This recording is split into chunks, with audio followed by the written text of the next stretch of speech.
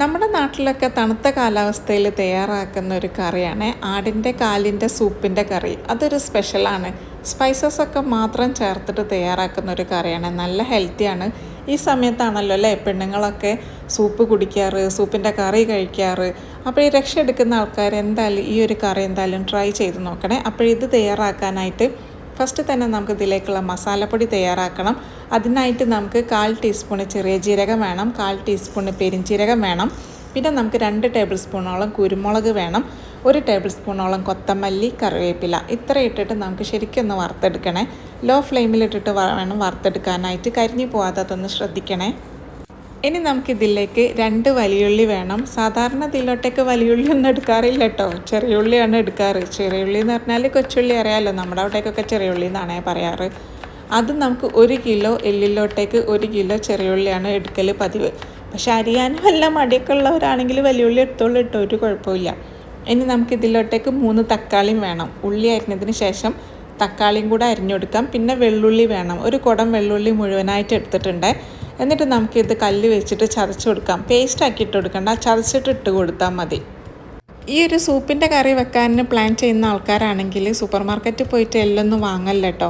അതെന്തായാലും പഴയതായിരിക്കും. ഫ്രഷ് ആയിട്ടുള്ള മാർക്കറ്റിൽ തന്നെ പോയിട്ട് വാങ്ങാൻ വേണ്ടി നോക്കുക. പിന്നെ അത് മാത്രമല്ല, ആടിൻ്റെത് ഏത് പാർട്സ് ആണെങ്കിലും കുഴപ്പമില്ല കേട്ടോ. ഇനി കാലാണെങ്കിലോ വേണ്ടില്ല, തലാണെങ്കിലും വേണ്ടില്ല. ഞാനിപ്പോഴും പിന്നെ വാരിയലിൻ്റെ പീസാണ് കേട്ടോ എടുത്തത്. വാരിയലിൻ്റെ പീസ് ഭയങ്കര ടേസ്റ്റ് ആയിരിക്കും. അതിൽ നിന്ന് അത്യാവശ്യം നെയ്യൊക്കെ ഇറങ്ങി വന്ന് നല്ല സോഫ്റ്റ് ആയിട്ടുള്ളൊരു പാർട്ട് തന്നെയാണല്ലോ അല്ലേ വാരിയലിൻ്റെ ആ ഒരു പീസ് എന്ന് പറയുന്നത്. അപ്പോൾ നിങ്ങൾക്ക് ഇഷ്ടമുള്ള വാങ്ങിച്ചോളൂ, പക്ഷേ വാരിയലിൻ്റെ കിട്ടുകയാണെങ്കിൽ അത് വാങ്ങാൻ വേണ്ടിയിട്ട് മറക്കല്ല കേട്ടോ. അപ്പോൾ 1 കിലോളം എല്ലാം എടുത്തിട്ടുണ്ട്. ഇനി ഇതെല്ലാം നമുക്ക് കുക്കറിലോട്ടൊക്കെ ഇട്ടുകൊടുക്കാം. നമ്മൾ അരിഞ്ഞ് വെച്ച മസാലകളും, അതുപോലെ കഴുകി വൃത്തിയാക്കി വെച്ചിട്ടുള്ള എല്ല്, പിന്നെ അതേപോലെ നേരത്തെ നമ്മൾ റെഡിയാക്കി വെച്ചിട്ടുള്ള അതും കൂടെ ഒന്ന് മിക്സിയുടെ ജാറിലോട്ടൊക്കെ ഇട്ടിട്ടൊന്ന് പൊടിച്ചെടുക്കുകയാണെങ്കിൽ നല്ലൊരു അടിപൊളി പൊടിയും കൂടെ ഇവിടെ റെഡി ആയിട്ടുണ്ട്. ഇനി നമുക്ക് ആവശ്യത്തിന് ഉപ്പ് ചേർത്ത് കൊടുക്കാം, മഞ്ഞൾപ്പൊടി ചേർത്ത് കൊടുക്കാം, വേവാൻ ആവശ്യത്തിനുള്ള വെള്ളം. ഇതിലേക്ക് കുറച്ച് വെള്ളം അത്യാവശ്യം ഒഴിച്ചു കൊടുക്കുന്നുണ്ട്. നമ്മൾ സൂപ്പ് പോലാണല്ലോ ഇത് കഴിക്കുന്നത്. പിന്നെ എരിവിനനുസരിച്ചിട്ട് പച്ചമുളകിനെക്കാട്ടി നല്ലത് ചീരാമുളക് ഉണ്ടല്ലോ ചെറുത്, അതാകുമ്പോൾ ഒന്നുകൂടെ നല്ലതായിരിക്കും. ഇപ്പോൾ എൻ്റെ കയ്യിൽ ചീരാമുളക് ഇല്ലെങ്കിൽ ഞാൻ അതേ ഇടുള്ളൂ കേട്ടോ.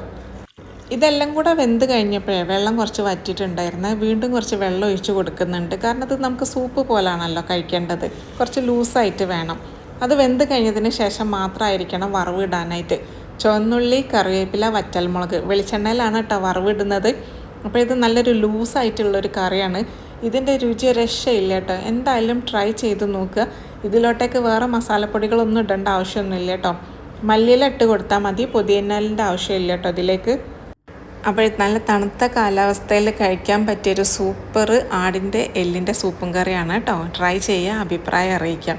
അപ്പോൾ ഈ രക്ഷ എടുക്കാൻ പ്ലാൻ ചെയ്യുന്ന ആൾക്കാരാണെങ്കിൽ ഈ ഒരു റെസിപ്പി എന്തായാലും വിട്ടു പോകരുത് കേട്ടോ. പിന്നെ ഒരു 30 വയസ്സ് കഴിഞ്ഞുള്ള സ്ത്രീകളൊക്കെ എന്തായാലും ഇങ്ങനത്തെ രക്ഷയൊക്കെ എടുക്കണേ. അപ്പോൾ ബൈ ബൈ, അസ്സലാമു അലൈക്കും.